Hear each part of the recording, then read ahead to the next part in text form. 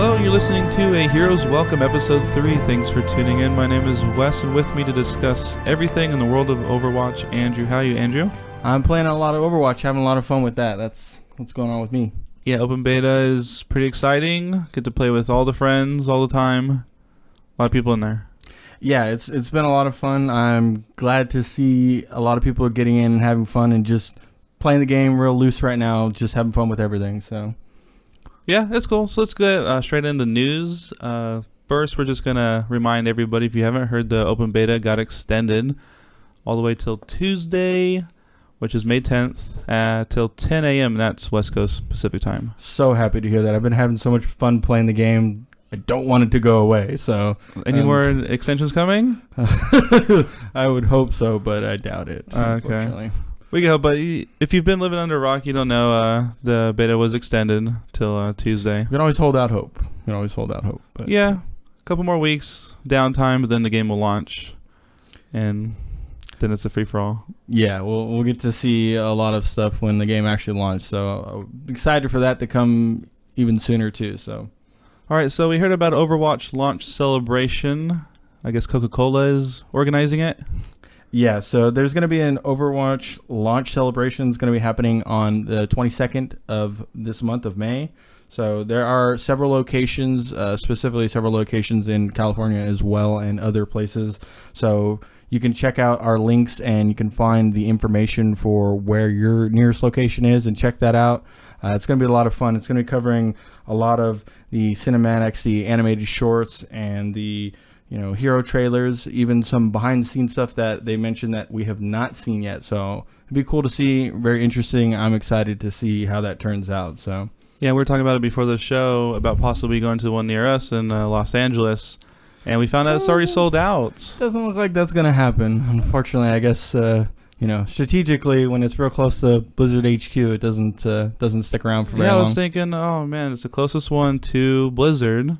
We should go. Maybe some devs will be there, celebrate, get some swag. It definitely would have been fun. So, I mean, we were looking forward to it. I seen it right when they mentioned it, and it looked really interesting, but unfortunately, already sold out. Yeah, so some of the theaters, I guess there's a minimum purchase requirement before they show it, but...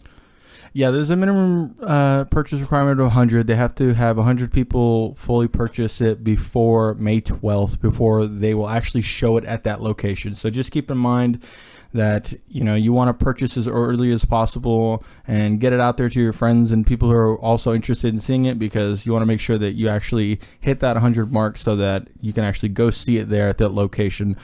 If for some reason it does not become available at that location, if they do not hit the 100 mark, you will get your full refund back. So it's no issue really, but return process, don't know how that will work, but still, I don't think there will be a problem in any location, but we'll see. Right, and again, in the show notes below, you should be able to find a link.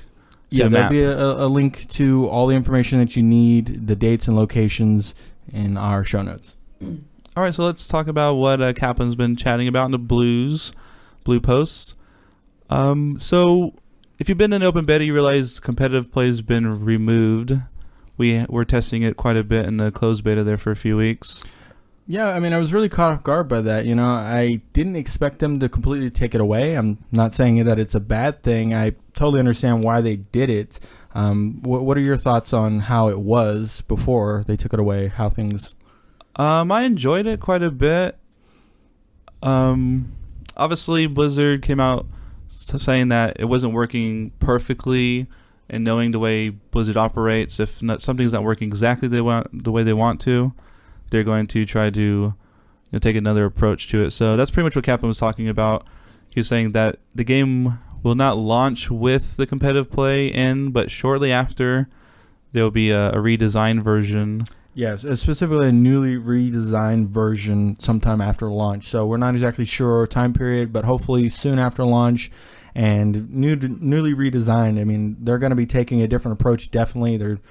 Who knows if they might be scrapping the whole thing completely or just changing a big core percentage of it. But I had a lot of fun playing it. I mean, there were definitely issues with it when it first released, but I mean, being the fact that it was the beta, I wasn't leaning too hard against that. I mean, I know there was issues, especially with people not knowing how the whole attacking defending works, and a lot of people leaving early, then had to add the lever penalty and all that. So there was a lot of little things here and there that they were still working out, but I didn't really figure that was too much of an issue, especially for a beta. But again, Blizzard likes to make sure that things are nice and polished. We know that.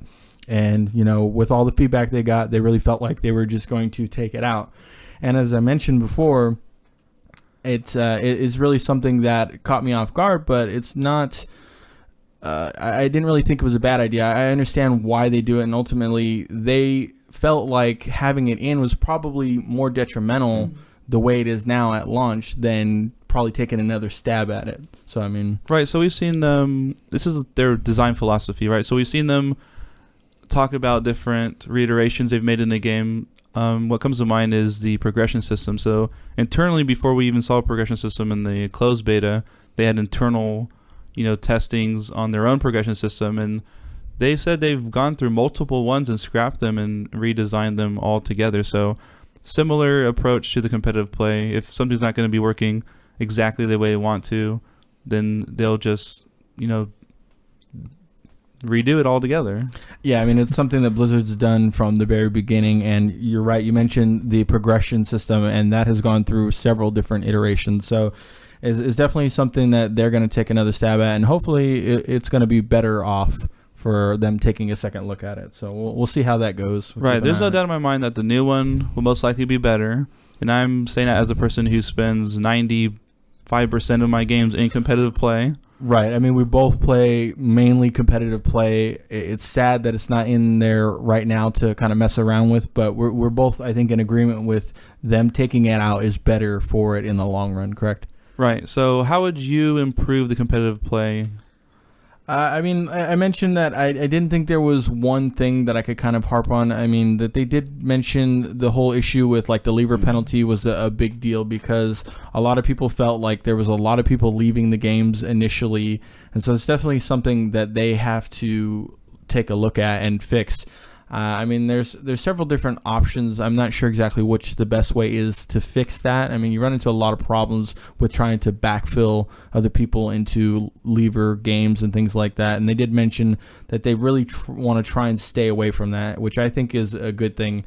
Obviously, getting backfilled into a competitive match is really poor experience for the player. So I'm not sure how they would fix it, but that's definitely one of the things they have to address. Yeah, AFKers is a problem, but I think there's much more improvement to be made within the competitive play system itself, right? So the fact that it felt really grindy is a complaint that we heard a lot in the community. It feels really grindy. You have to win roughly about 15 to 20 more games than you lose per tier. There's 5 tiers right per rank. A lot of that came up, and they did talk at length about their decision to go with the whole 1 month period for it. And I mean, a lot of that comes down to they're going to get as much data as possible and try and see how things lay out. So, I mean, obviously they're going to take another look at it, and so we're going to see a lot of change. And I'm assuming that will change maybe the time period, the amount of games per rank system that they have set up. But I mean, all of that could very well stay close to the same too. I mean, it's a matter of what they feel is best, and they did talk a lot about wanting to feel that progression throughout your play, not just going straight into your ranked position and staying there. So that's all up for grabs right now. We'll see how they handle that, but definitely looking forward to the newly redesigned system. Yeah, I just hope they don't emphasize the progression/journey feel of, I've talked about this before, but they kind of want to make a journey, have it reset pretty often. They really like the 1 month reset idea, but just the idea of, climbing the ladder, there's a journey there, and there'll be some rewards tied into that. We don't know anything about rewards, and that'll help, but to me, and I've said this before, an ideal competitive play is going to be great games. What I'm talking about there is, the skill level of your opponents and your friendlies, on the same plane, so right? You're in favor, like a lot of people, of placing you directly into where your skill level is and having the best games possible in that skill level. Eventually and you'd get there. Moving up. Yeah, eventually you'd get there. I mean, you don't have to have placement matches. You don't have resets and all that, but you have good quality matches because the skill level is all close, and eventually just win-loss ratios, raw, statistics is going to figure that out. And as you get better, you climb up, and there should be a representation of where exactly you stand in that ladder. And I don't think that's what Blizzard will do. I think maybe what they're going to try to do is they really like the 1 month reset idea. It works on a Hearthstone, and they like it that everyone knows when it starts, when it stops. So they'll probably design a ladder system that works better with 1 month resets, because the one they have right now is way too long. You're spending half of the month climbing. So most of your games you're not even have quality matches because you haven't even placed yourself, right? Right. I mean, it's a matter of, depends how long it's going to take you to get into the position where you feel like you're having good games. I mean, you don't want to spend the majority of your time in competitive play playing against either people who are, much better than you or much worse than you. So you definitely want to get there quickly so you feel like your month is spent doing something productive. But at the same time, like you said, they really like the whole reset feel. So I definitely feel like they're going to go with something more along the Hearthstone lines where it will reset you at least a portion of the way. It's not necessarily my opinion on the best way to do it, but they seem to really like that setup. So we'll see. Yeah, I just hope they emphasize more quality matches as opposed to kind of incentivizing gameplay, because people should be playing the game because it's fun and enjoyable, and that should be enough motive to get in the game. But Blizzard's master at creating this progression, wanting to get you in the game. So yeah, I mean, we're definitely looking forward to something different. I obviously think that they're going to bring something completely different to the competitive scene, so we'll see how they take that stab at it. But another thing to consider is something that might be going through the process of this whole competitive play is the fact that this game is strictly a FPS, a PvP game. There is no story. There is no real other modes other than PvP. So a lot of that progression that they really are used to in most of their games is not found in this sort of game. So something that I think they're trying to interject into the competitive play, and ultimately they might have to just not go with that. I think they did a good job of trying to incentivize people to play the competitive mode and get the loot, the unlockable stuff, the skins and things like that. But really, ultimately, trying to force something into competitive play, maybe not the best idea.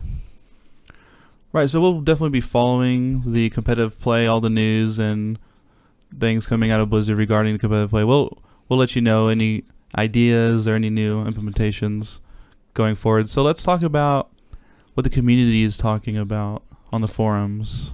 Yeah, so I had a chance to browse the forums a little bit this week, and something that we've been finding often in the forums is a lot of talk about individual characters, abilities, ultimates, and one of the main things we keep running into is people mentioning how OP certain characters or certain abilities are. I don't know what your thoughts on a lot of that talk, but as far as I'm concerned, I've seen a lot of specific characters, Hanzo's alt, Mei as a character, talking about being OP, and I just don't see that in the game. I play pretty quality matches. I've had a lot of fun playing the game. I don't see a single character that's really OP. I don't know what your thoughts are about that. Yeah, well, when I came up on the forums, we're talking about the official forums, I was enlightened to all these things I wasn't aware of about Reinhardt being overpowered, and Mei was overpowered. Right, and Diva was overpowered, and every ult in the game is overpowered. Every ult. And these guys, they just need to take them out of the game. I've been playing the game for months and months and months, but just a couple of days of playing, these guys have figured it out already. Yeah, totally nailed it. And it's not like Kaplan playing it, called us out beforehand. Exactly the same issue that beginners would be having. Yeah, it's something that they did mention, Kaplan specifically, talking about Bastion appearing really strong to the new players. And it's something I've noticed, I don't know about you, but a lot more Bastions being played as soon as the beta opened up. So, it's definitely falling right into suit with what Kaplan was talking about. And I got a chance to talk to a couple people I met and talk to them in, the the voice chat in the games. And same thing, they're mentioning the same kind of stuff. Oh, Bastion's overpowered. They don't know how to deal with Reinhardt, things like that. And it's just a matter of giving people information on how to deal with certain things. And I think things will really start to level out if we bring an actual thought process to how to deal with these things. Bastion is definitely not overpowered. We're not seeing him played in a lot of tournaments for that reason. He is a stationary target for the most part. It's definitely ways to deal with him. Reinhardt is pretty simple ways to deal with a Reinhardt.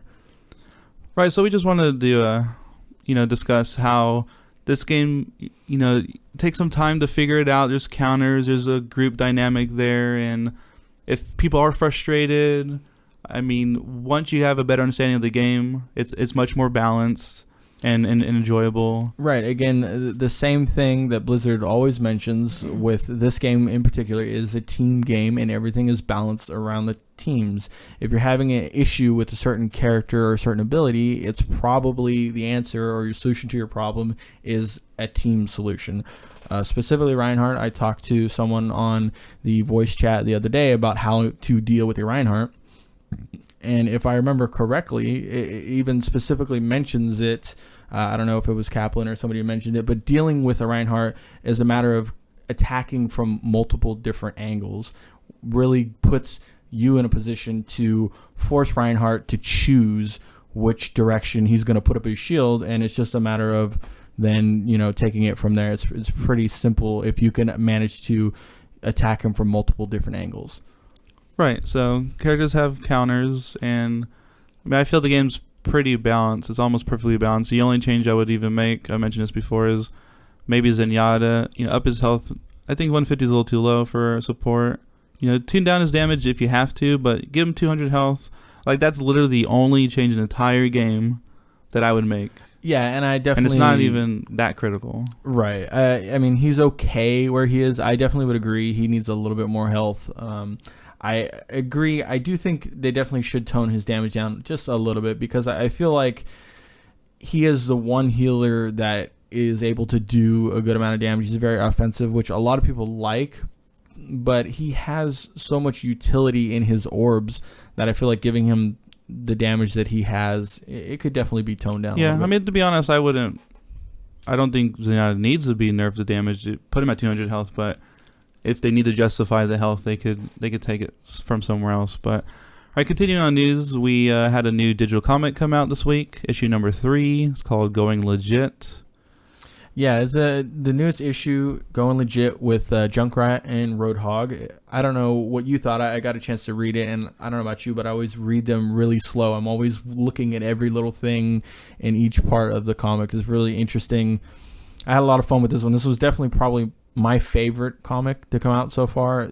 It felt a lot longer to me. I don't know if that was the case or not, but it definitely, we learned, I think, a lot more about the characters in this comic than the others. I took my time reading it, mostly because I know it's only 7 pages long probably, so I try to squeeze out all the joy I could. But yeah, the art's really, really top notch, and we got some insight in characters. Yeah, I had a lot of fun with the characters, specifically Junkrat just being a fun character. His personality, both in the game and that comes through in the comic, is just really fun to watch and to see. So, had a lot of fun with this comic. Right, and it's kind of interesting.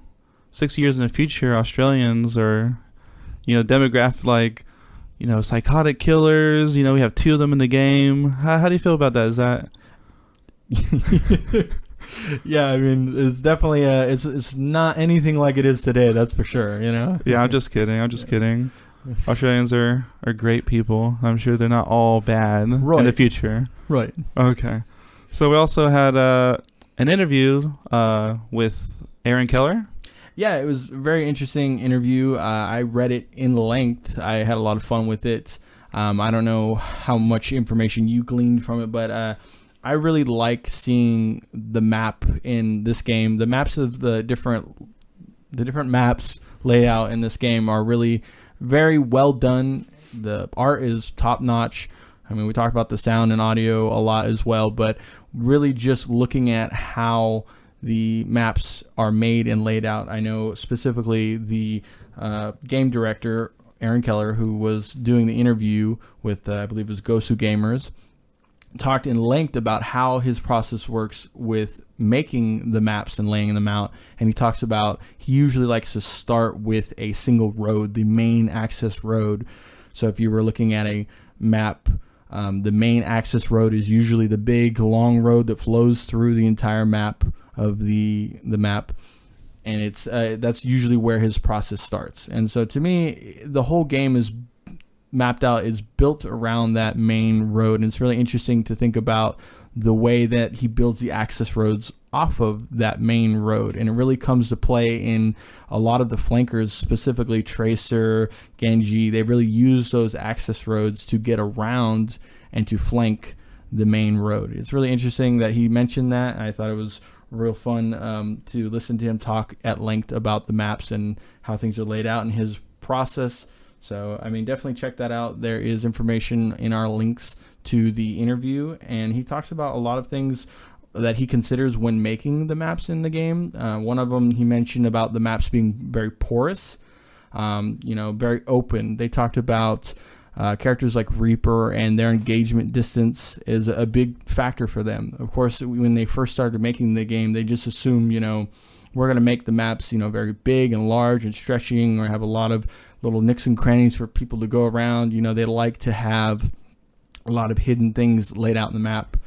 But ultimately, they came to understand that the more you open the map up, the more you make it harder for characters like Reaper specifically to exist in that space. Because if you have such a large map where snipers exist in the game, you can't really have someone like a Reaper running around. He's just not going to be able to get to his target when he has so much distance to travel. So they ultimately found a safe distance of engagement. I think they talked about 15 meters is around where their engagement distances are in the game. And so the whole map kind of lays out based on that flow of things. So they talked about the map size and the way they wanted the maps to feel. I know specifically Aaron Keller talked about, he is a map designer. He's done a lot of different games and maps for different games. And he talked about really wanting to make the map seem like there's just something different around each corner, make it very different, make it very unique, make the person want to really explore the map. And so that's something that I really had a lot of fun listening to, because I'm one of those people that really like to explore the map, especially in this game. I'm the person that's flanking around, always trying to find that hidden path to get behind or on the side of the the defender or attacker. So right, it was pretty insightful.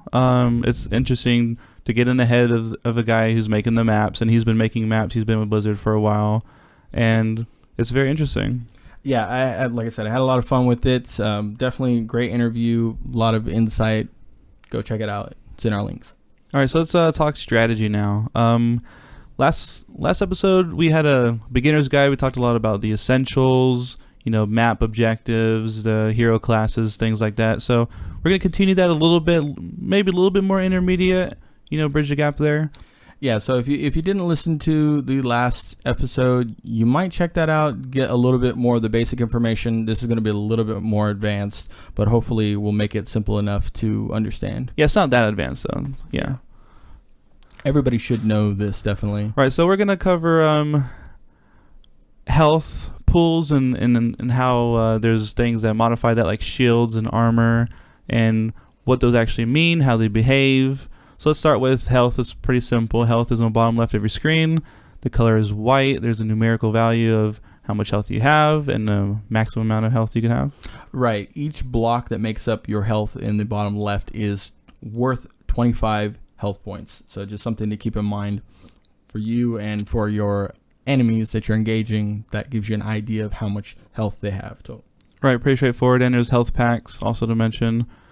Put around the map to give you health back. So let's talk about shields. I mean, health is really simple, right? It's just health. Yeah, the only thing to mention with the health packs is, of course, Tracer being very useful to get health packs with her is something that you might consider. The sizing of the health packs is actually visual. You can see the different sizes of the health packs laid out in the map. So something to keep in mind. Yeah, there's different sizes. let's talk about shields. Shields are blue in color. They will always appear to the furthest right of your health bar, and they get consumed first. They take priority over any other type of health. And they have the same rules.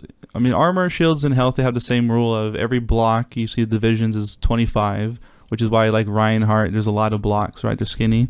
Right, so just keep in mind each block is 25 health points, regardless of whether it's white, blue, yellow, orange. They all represent the same amount of health points, just so everything stays consistent. Right, so every character in the whole game has a certain amount of health, but not every character in the game has a certain amount of shields by default. Right, so certain characters actually have innate shields and innate armor on their character. So specifically, I believe Zenyatta is probably the biggest one when it comes to shields. He has about 100 of his health points are shields out of the 150 of his total health. Correct, and Zarya has some inherent shields, and obviously, if you play the game, Symmetra has an ability where she's able to put shields on her whole teammate. It used to be 50, but now it's 25. Right. So again, they nerfed that from 50 to 25 because of the usefulness and the actual strength of having shields. So shields, unlike armor, actually regenerate at a rate of 25 health per second after 3 seconds of non-combat. Correct. And shields are pretty good. Shields are very strong. So if you're playing a character like Zenyatta with shields, one thing to note that you're very strong because a lot of your health is made up of shields. It can regenerate pretty quickly out of combat. Yeah, so your playstyle could be a little bit, changed from that. If you're a Zenyatta and you just took, 90 points of damage, you just line of sight for a few seconds. You don't have to consume that health pack someone else could be using. Right. One of the things that, like you mentioned, consuming the health pack, it's very important to note with someone like Zenyatta, you don't want to be taking the health pack if you don't need to. It's something that you can leave for your tracers. Right, and if you have healers with you like Mercy or Zenyatta, then they get ult charge by healing you. Correct. Rather than just getting the health pack, right? Yeah. So let's talk about armor. Armor is going to be the most technical. We'll try to be clear with this, but armor is a yellow, innate armor. Is the color yellow. Correct. And certain characters have, again, like shields, they have innate armor on them as well. One of the main ones to note is Torbjorn when he ults. Not normally, but he does gain 300 armor when he uses his ultimate. Right, and some have it just always, like the Diva mech has quite a bit of armor, and Bastion has some armor. When he ults, he gets even more. Winston has armor. Torbjorn is able to give armor to his friendlies. Right, and the important thing to note with that is Torbjorn will actually throw out the armor. They look like little cogs on the ground. You can pick them up. They give you 75 armor addition. The one thing to note is that they are not yellow on your character. When you pick up a Torbjorn armor pack, it's actually going to be orange. And it cannot be healed. It does not regenerate. The only way that you can fill that back up is to pick up another armor pack. All right, so the change you made a while ago is, so if you have shields or armor that are innate in the character, meaning they weren't provided by Torb, they are healable. And a while back that wasn't the case, but now you can actually heal shields and armor that's innate. Right, so if you see that space on your health bar empty, your healer can actually fill that back up again to your full health. Right, so let me talk a little bit more about armor. I'll try to make this as understandable as possible. It's a little bit more technical, but armor works a little bit differently than regular hit points because it has some damage mitigation built into it. So the way armor works is for every damage you receive, it reduces that damage by 5 points. And that's always the case unless that 5 points is greater than half of the damage. So any kind of damage less than 10, it won't be mitigating 5, it'll be less. And it'll always be at least, no more than half of the damage. So if you take, 3 points of damage somehow, the armor is not going to be able to negate the entire 3. It would be 1 in that example. Right. So it's not going to negate 5 damage from a 3 damage attack. It's going to negate the 50% of Yeah, that. so the first thing to note is, obviously armor is more beneficial against certain type of damage. So if a Widowmaker, she does 150 damage normally on a body shot. If you have armor, it's going to do 145, so it negated that 5 damage. But if you have someone like a Tracer who has, multiple projectiles that do less damage is going to be more effective Right, against because it's some reducing the units. same 5 damage from either attack, but the difference is the Tracer is using a lot of low damage attacks that are coming in at a faster rate. So no matter the rate that they're coming in, they're still being reduced by that 5 damage, which makes it far more percentage-wise than the other case. Correct, and there's a couple exceptions to the rule. I know Reaper comes to mind because he has shotguns. Diva's mech is like a shotgun style. Roadhog has shotgun style. The way those are calculated is actually calculated. It's 5 off the entire damage, so it's not individual pellets on Reaper's shotguns. It's actually going to just take a raw 5 off the total damage. Yeah, so it's a little different than the other cases, but yeah. So hopefully that was clear enough and simple enough to understand. Hopefully we didn't make it too convoluted. Yeah. But that's the way armor works. A lot of people don't realize that it does have some built-in mitigation there. Yeah, and when you do have armor and shield, it does consume the shields first, no matter. Right, the what. shields always take priority, so there's no mitigation with them. It's just a basic health shield over your character. So, Which is just something to think about. When you think about counters, Diva having tons of armor is actually going to take way less damage from some characters. Right, exactly. So it's definitely something to keep in mind. Keep in mind if you do see armor out there, it's much more beneficial. Pick it up. It will help you. So I think that does about armor. Let's talk about critical hits. Crits do exist in this game. They come in the form of headshots. Headshots are critical hits, and it's double damage. Is pretty straightforward. Yeah, it's pretty straightforward. Double damage off every critical hit. One thing to note is that you will actually know if you're the attacker when you hit a critical shot. You will actually see a change in your crosshair. It kind of flares up with the red flare X around your crosshair, and you will actually hear a difference in sound. It sounds tinny, like you're hitting a tin can. So it's definitely noticeable when you hit a critical hit. Right, it was something they added not too long ago, but yeah, when you get a headshot, it has a little ting ting ting ting sound if you play Reaper. If you're playing Tracer, you should be hearing it a lot if you're, aiming correctly at their head. You want to hear the ting, ladies and gentlemen. That's what you want to hear. Right, so every character in the whole game has a head hitbox critical hit area. Right, everyone's is a little bit different. It's pretty straightforward for regular characters. It is their head area. Some characters are a little bit different. Yeah, some aren't super obvious, like when Diva's in her mech suit. It's kind of like more in the center. It's where her head is kind of in the suit. Yeah, if through you're the window. Close enough, you can kind of see it. If you're further away, it's a little bit harder, but it's basically center mass more towards her head area, though, up above. So. Right, and Bastion has a little core on his back when he's, turreted up. But, you could use that information for, first thing that comes to my mind is, if you're playing Widowmaker and your normal shots do 150 damage, it's going to do double headshot 300, right? So you could use that information, for example, if you're going up against Zenyatta, he only has 150 health, assuming he doesn't have any more armor or shields. Right. You know that just a body shot is going to one-shot kill him. Right. It's definitely something to keep in mind, especially if you're sniping. It is important to know the critical damage, where the head box is, and whether you actually need that. If you've already shot the character once, you don't really need to worry about hitting him in the head in certain situations. So obviously, it depends on how much health they have and how much damage you need to do to kill that character. Right, so if you're a Widow, you see a Tracer blinking around, you don't have to get that headshot, again, assuming there's no other armor or shields on her. You could just get that body shot, and that's her entire health pool, 150 damage. And also, if you're against another Widowmaker, you know that you need that headshot to kill her outright. Mm-hmm, exactly. So definitely something to keep in mind for people who are not aware. Just keep in mind that it does matter. So the tin is good. That is what we learned today. Yeah, it's just a simple, critical hits. They exist in the game. So let's talk about friendly fire. It kind of exists in some circumstances. It's rare, but there's some circumstances where characters could actually hurt themselves. Yeah, self-damage. The one that sticks out is just the Soldier 76. If you rocket yourself with the Helix rocket, you will actually do a small amount of damage to yourself. So it's not a big point to talk about. It's pretty simple. Friendly fire. You can't actually damage your friendlies with any ability. If you Helix Rocket a friendly, you're not going to be doing damage to them. You're the only person that can take damage from yourself. Correct. Yeah, friendly fire. We're not talking about hurting your friendlies. It's hurting yourself. For example, Diva Ultimate, you have to run away from your old, self-destruct. Junkrat, his grenades will hurt him.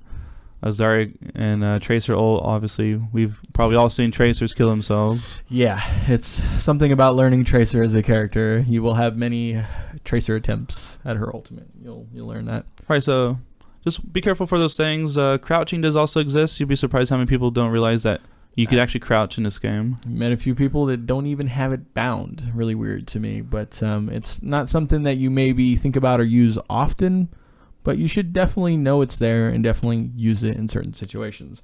Again, when you crouch, you're muffling the sound of your steps onto the oncoming or the approaching enemy, so it makes it a lot harder for them to hear your approach. Yeah, so people come from other FPS games, it'll be, they already know this kind of stuff, but we have a lot of people coming from MMOs and MOBAs. So yeah, when you crouch while you're walking, it softens the footsteps dramatically, which is obviously beneficial.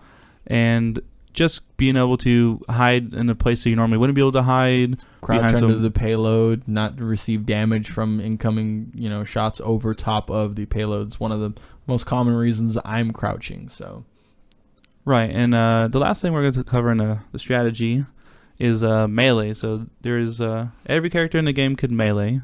Right. So most characters, melee is pretty simple. It is just a straight 30 damage no matter which character you're on, except for a few simple ones. The only one that comes to my mind is Reinhardt, which his is actually a little bit different because his whole character is built around his actual hammer. So it's all melee damage. He has an arc. He swings the hammer. It does a straight 75 damage in a arc in front of him. Yeah, so Reinhardt has a unique, his left click, his primary attack is a melee. It's a cone effect, a sweeping, pretty big sweep. Yeah, it's a pretty big cone. You want to stay away from angry Reinhardts, definitely. Yeah, so he does 75 damage, but all the other characters do 30. That was recently changed not too long ago, but good 30 damage, and there's a 1 second cooldown. It used to be 1.5. Right. So they reduce the damage, but they reduce the cooldown. So you could melee more often. They do a 30 damage, and you could use that with health info we gave you. Every block is 25. So if you see someone with just 1 block of health or less, just a melee finishes them off. Right. So something to definitely keep in mind with characters like Tracer, who can move around really quickly. Usually if you're coming onto the opposing enemy, if you're running up to them, you see them getting low in health, you're shooting them. You don't simply have to reload and shoot them. If you can, just a little melee finish, you can finish them off. Right, and you see Roadhog, there's some combinations where you have the melee after you hook. I mean, you sprinkle them in your gameplay. Right, Definitely. That is the wombo combo for Roadhog, the awesome lengthy hook that he has into his fire, into his melee. Yeah, sounds like someone salty, but I think that covers strategy. Like I said, it was a little bit shorter, but a little bit more, towards the intermediate. Right, so again, hopefully that was simple enough for you. We try to make it very straightforward. So yeah, hopefully we didn't confuse you even more than you were before. Yeah, definitely. So next we're going to talk a little bit about eSports. For those of you that weren't paying attention, the Overkill League Grand Finals just happened May 8th, Sunday? That's today, yeah. So I wanted to clear up real quick. Last show we weren't perfectly clear on the... we did recommend the Overkill League, the Grand Finals, to watch it if you were going to watch one, to check it out. And... the first game that took place today of the recording, May 8th on Sunday, was the number 2 seeds. So it was a fight for third place, essentially. And then the game that took place later was for number 1 seeds, right? So the best of NA versus the best of EU. Right, so the second seed, or the first matchup here, was Luminosity Gaming versus Team Envious. Right, and then the grand finals was... Cloud9 reunited. Don't know what drew a blank there. But I watched the whole game live, actually. It was an amazing game. Yeah, definitely some fun games on that Seed 1. So I had a lot of fun watching that. We actually watched it just recently here. Got to see some interesting play for sure. Yeah, so it was a best of 9 and went all the way till the 8th game. And it's one thing to point out is currently, because it was one NA and one EU team, so they actually had to alter servers in between the games, right? So one was played on the North America servers, so there wasn't, bias there. Then the next game we played on the European servers because obviously there's ping, and that's going to affect the gameplay. Right, definitely. So, I mean, we've seen after each match going back and forth. We did see a lot of back and forth because of the switching of the servers. But it was a great game. I mean, kudos to the casters, all the players, the tournament organizers. Yeah, it was a really good tournament. It was pretty smooth. There wasn't any real major hiccups or anything like that. It ran really smooth, and it was really fun to watch. A lot of interesting play.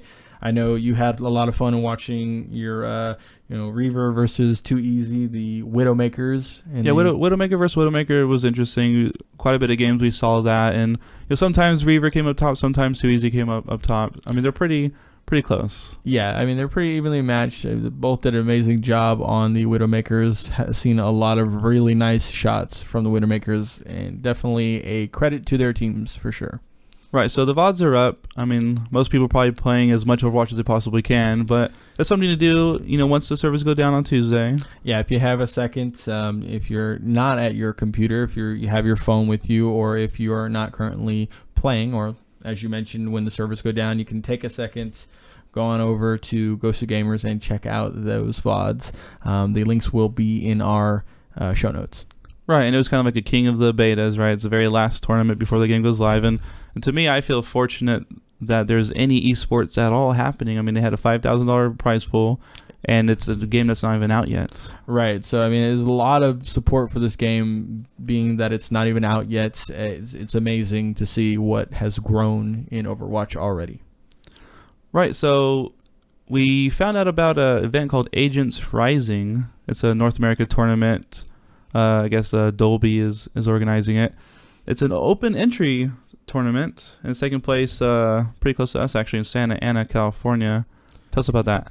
Right, so Agent Rising, it's the next tournament, major tournament. It's coming up May 28th through the 29th. It is open entry, as you mentioned. Dolby Studios is putting it on. $10,000 prize pool, $5K for the first place, and $3.5K for second place.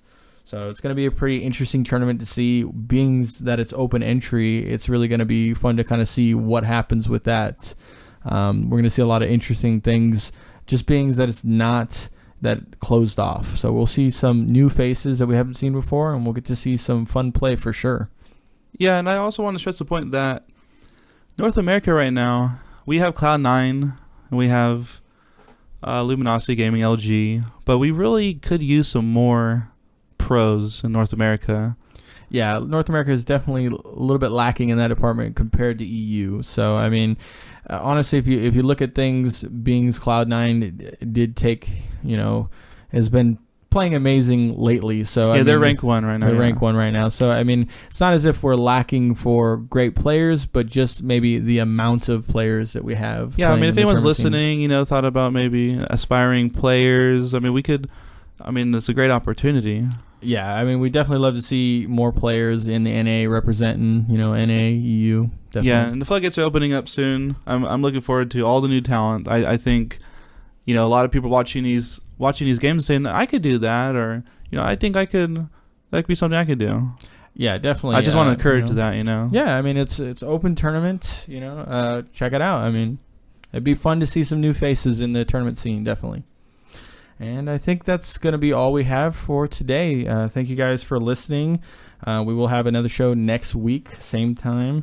Again, if you guys have any comments or feedbacks, this is very new to us. We're still kind of learning, taking the ropes, so please don't hesitate. Send us a message at our email. You can find it as a heroeswelcomepodcast@gmail.com. Right, so we'd love to hear from you.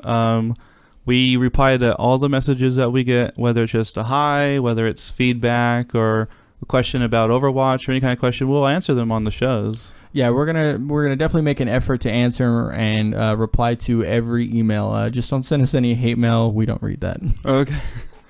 Right, so that email again is a heroeswelcomepodcast@gmail.com, and it'll be in the show notes as well. Yeah, it'll be linked in the show notes. And thanks again, and that'll do it for today. All right, see you next time. Next time.